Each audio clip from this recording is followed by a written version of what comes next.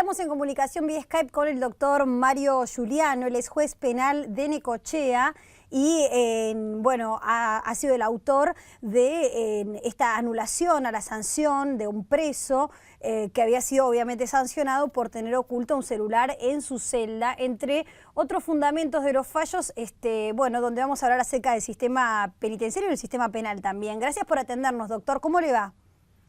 Encantado, mucho gusto. Igualmente.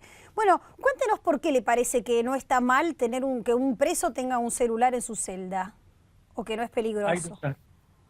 Hay dos aspectos de la cuestión. Uno, el fundamento central de la resolución, que desde mi perspectiva, y que no es solamente de la perspectiva mía, sino también de la Cámara de Apelaciones de Mar del Plata, que es una cámara muy prestigiosa, entendemos que la tenencia o posesión de celulares no se encuentra prevista como falta, de modo expreso, en la ley de ejecución bonaerense. Claro. A diferencia de la ley de ejecución penal nacional, donde sí está previsto de modo expreso que la tenencia de telefonía celular, y en algunas otras provincias, como Mendoza, sí es una falta. No es el caso de la provincia de Buenos Aires. De este modo es como he resuelto, bueno, lo resolví en el mes de diciembre y ya el año pasado, en el 2012, perdón, hace 2 años ahora, también había sacado varias resoluciones en la misma dirección. Es decir, que no se puede sancionar una conducta que no está prevista por la ley. Este es el simple y sencillo argumento y fundamento. Lo cual no quiere decir que sin perjuicio del núcleo de la resolución, que es lo que acabo de decirle, también he puesto en crisis o en discusión, en el tapete, digamos, si es aconsejable o no que las personas privadas de la libertad tengan acceso a la telefonía en general y a la telefonía celular en particular. ¿Y a usted qué le parece, que es aconsejable? Sí, desde mi punto de vista sí. Definitivamente sí, en tanto y en cuanto que nos creamos que las cárceles no son para castigo, sino para seguridad de las personas, y que el motivo y el fundamento por el cual las personas están privadas de la libertad es para intentar procurar su resocialización y no devolver al medio, luego de cumplida la pena, personas más deterioradas que cuando ingresaron. Ahora, doctor, ¿no pueden resocializarse sin celular? Porque usted vio que hay muchos episodios delictivos que se han orquestado desde penales, ¿no? Y también amenazas, ese tipo de secuestros ficticios que, bueno, se hacen con connivencia con bandas, con partes de las bandas que todavía están afuera. ¿No le parece peligroso? Conozco el caso. Conozco el caso y digo, mal que nos pese, es una de las consecuencias del uso de la telefonía. Hoy por hoy, en el afuera se cometen constantemente delitos con teléfonos fijos, con teléfonos celulares, y creo que no por eso, personas que no están privadas de la libertad, nadie se le ocurra, digamos, bueno, suprimir la telefonía para evitar que se cometan delitos. Por otro lado, existe la paradoja, si usted me permite, bastante irracional desde mi punto de vista, que sí cada pabellón tenga un teléfono fijo, pero que no se pueda tener un teléfono celular. ¿Por qué motivo se podría cometer supuestamente un delito con un teléfono celular y no con un teléfono fijo? No, se puede hacer con los dos celulares, con los dos tipos de teléfono, solo que cuanto más teléfonos hay, más posibilidades hay de que se cometan los delitos. Sí, por supuesto, naturalmente. Insisto, vivimos en una sociedad, ¿no es cierto? Yo no sé qué cantidad de teléfonos tendrán los habitantes de la República Argentina, pero también le puedo hacer otra afirmación. No tengo números exactos, no conozco, pero me atrevería a decir que no debe ser que menos de la mitad de la población penitenciaria de la República Argentina tiene teléfonos celulares en su poder de modo clandestino. Y si cada preso utilizara el teléfono celular para delinquir, la República Argentina sería Somalia. ¿Usted cree que la mitad de los presos en la Argentina tienen escondido un celular? Sí, creo eso. Y voy a decir usted recién me comparaba le voy a decir una cosita muy cortita. Tienen teléfonos en forma clandestina y no descarto que sea con la concupiscencia del servicio penitenciario. Ujú. Em, Usted recién comparaba la situación de los detenidos, de los presos, con la de cualquier otro ciudadano que pueda usar o no el celular y con la posibilidad que tiene cualquier ciudadano en relación a la de un preso de cometer un ilícito. Ahora, ¿cuál no debería tener quien está privado de su libertad, en ese sentido, más limitada la posibilidad de comunicación con el exterior? Porque si no, ¿para qué están las cárceles? Para eso habría que suprimir las cárceles. Las cárceles están, de acuerdo a lo que dice la Constitución, si no la han modificado en estos días, para seguridad y no para castigo de las personas que se encuentran alojadas. Y le voy a agregar también otra cosita. La Corte Federal, la Corte de la República Argentina, siguiendo la doctrina de la Corte de los Estados Unidos, dice que el único derecho que tienen privado los presos es la libertad locomotiva, no el resto de los derechos. Y la ley penitenciaria bonaerense, la ley nacional, establece como uno de los derechos de las personas privadas de la libertad el de comunicarse, de modo expreso y explícito. Doctor, usted sabe que también ha generado bastante polémica en esta reducción de una pena por homicidio. Usted planteó que le parecía que la condena por homicidio simple por 8 años, que es la mínima que se establece en el Código Penal, era demasiado abusiva y que debía ser, en ese caso del que estamos hablando, debía ser considerada una pena de 4 años. ¿Usted cree que hay que... Siempre se habla de endurecer las leyes. ¿Usted cree que hay que ablandar las leyes penales, que son demasiado fuertes para los delitos que se cometen? Yo creo que ese es un dato de la realidad. El endurecimiento que ha sufrido la legislación penal del 2004, Bloomberg, para aquí es notorio, empírico y absolutamente comprobable. Con un dato agregado: el endurecimiento de la ley penal no ha servido para mejorar los niveles de seguridad de la sociedad. A los datos me remito. Relativo al mínimo de la escala penal, he tenido el extraño privilegio que quizás haber sido uno de los primeros de haber promocionado y promovido este tipo de decisiones. En un caso concreto, específico, una persona con capacidad de imputabilidad disminuida, que estaba, digamos, prácticamente un borderline, no era inimputable. Si hubiera sido inimputable, no le correspondía aplicar ninguna pena ni enjuiciarlo siquiera. Pero bueno, era una persona borderline. Esto yo lo he resuelto varias veces, pero le debo agregar para su conocimiento y de los seguidores de Infobae que las mismas resoluciones se han ido extendiendo luego. Han sido aplicadas por las salas de la Cámara Federal de Casación Penal, por el Tribunal de Casación Penal bonaerense y por numerosos tribunales de la República Argentina. Esto ya no es novedad, que las penas no deberían tener mínimos, porque el conocimiento de las causas judiciales compete a los jueces, no al legislador. Ahora, doctor, ¿me puede decir cuál es el mínimo de culpabilidad si han hecho el juicio previamente? Pero en ese sentido, ¿no? Para las víctimas afectadas por estos delitos, es decir, los familiares de quienes de una persona que ha sido asesinada, ¿qué pueden pensar o cómo pueden sentirse dándose cuenta o percibiendo que la vida de su ser querido le costó solamente 4 años de prisión a quien se la quitó? No, ignoro, yo, digamos, mi función no es cumplir una venganza, sino tratar de, digamos, administrar justicia de modo... No, pero no es cumplir una venganza. La justicia vale, además de para el reo, por supuesto también para las víctimas. O sea, la administración de justicia debe ser equitativa, me imagino, para ambos lados, ¿no? Bueno, la función judicial es juzgarlo al imputado. Nosotros no estamos juzgándola naturalmente a la víctima, sí nos ponemos en el lugar de la gravedad del hecho y bueno, insisto, luego de haber participado en el juicio, haberlo seguido, haber escuchado todas las pruebas que propusieron las partes, entendimos, no solamente yo, sino también mis otros colegas, en este caso por mayoría, en el caso puntual, que la pena proporcionada era la pena que aplicamos.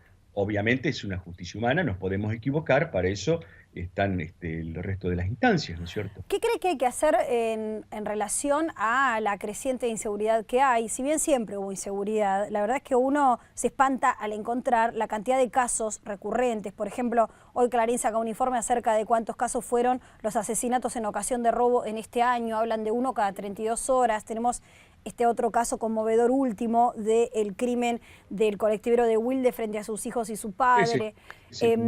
Casos. Y usted todos los días ahí, exactamente, más allá de la tapa de los diarios, usted los debe conocer muy bien, pero la gente cuando ve esto, si bien usted es juez y entonces tiene otra visión sobre los episodios, presiente que la vida vale cada vez menos, que hacer un delito en nuestro país tiene cada vez menos sanción, y usted está justamente planteando que es al revés, que hay leyes muy duras para agravar o para penalizar este tipo de delitos. ¿Qué cree que hay que hacer para que haya menos inseguridad? Y cualquier cosa menos ley penal. Evidentemente la ley penal no ha surtido efectos. No entiendo, pero usted ¿qué está proponiendo? ¿Que no haya penalidad sobre quienes cometen los crímenes? Lo que estoy proponiendo, entendámonos, lo que estoy proponiendo es decir, tratar de transitar vías diferentes a las que se han transitado ahora, que ha sido el endurecimiento de las penas. El endurecimiento de las penas evidentemente que no ha servido a los fines propuestos. ¿Y las cárceles? Usted me está dando la razón. Bueno, y las cárceles ni hablar. Las cárceles creo que no quiero ser, digamos, redundante sobre cosas que son obvias, pero las cárceles en la República Argentina, las cárceles de la región, bueno, son realmente un infierno.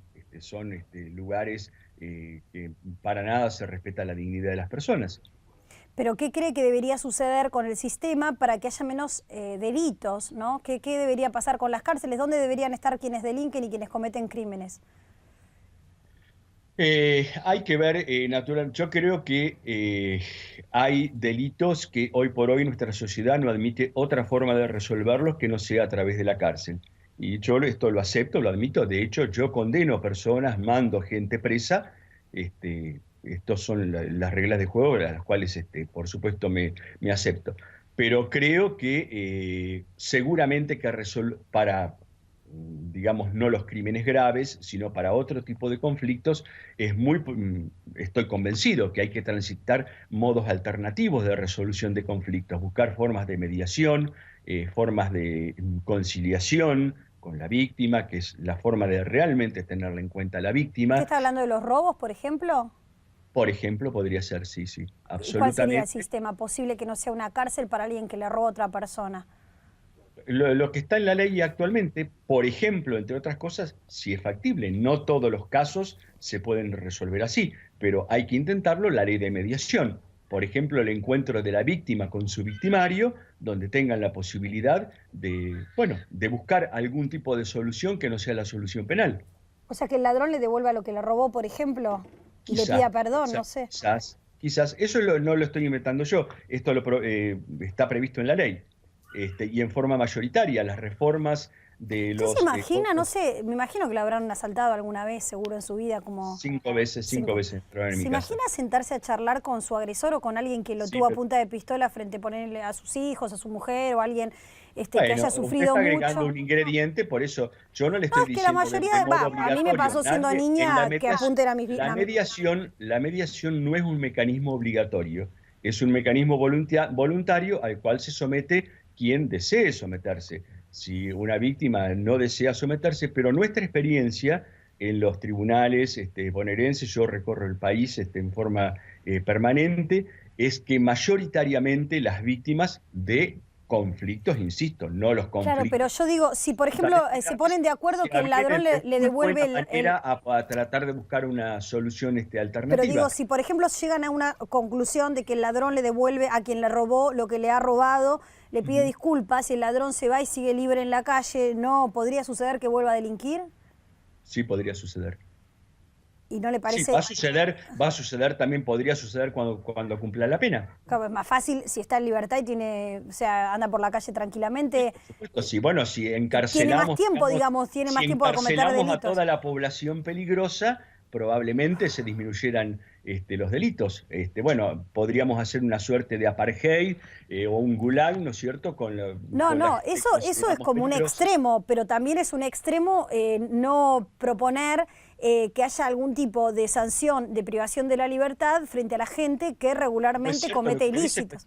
Eso no es cierto lo que usted dice. Usted está tergiversando absolutamente. Yo le estoy diciendo que la ley penal está vigente. Yo condeno personas, mando gente a la cárcel.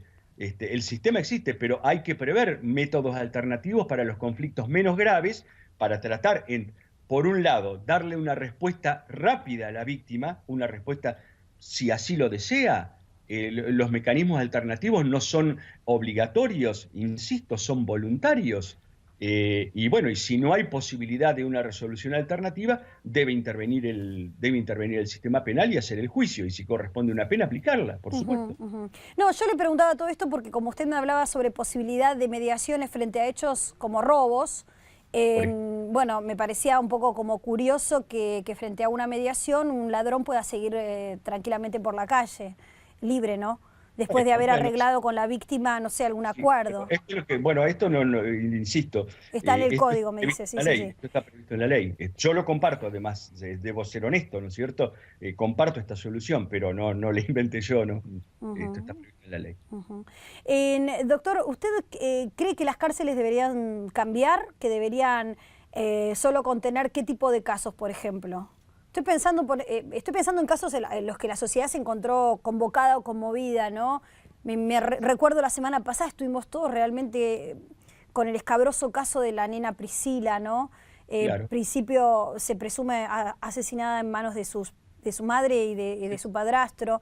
Sí. Ese tipo de casos, por ejemplo... Yo le insisto, creo que nuestra sociedad, hoy por hoy, no admite, digamos, soluciones intermedias en determinados casos. Yo mismo también, por supuesto, a mí me conmueven determinados hechos como ciudadano, como vecino, y no le veo otra solución hoy por hoy que no sea el sistema penal y eventualmente la cárcel.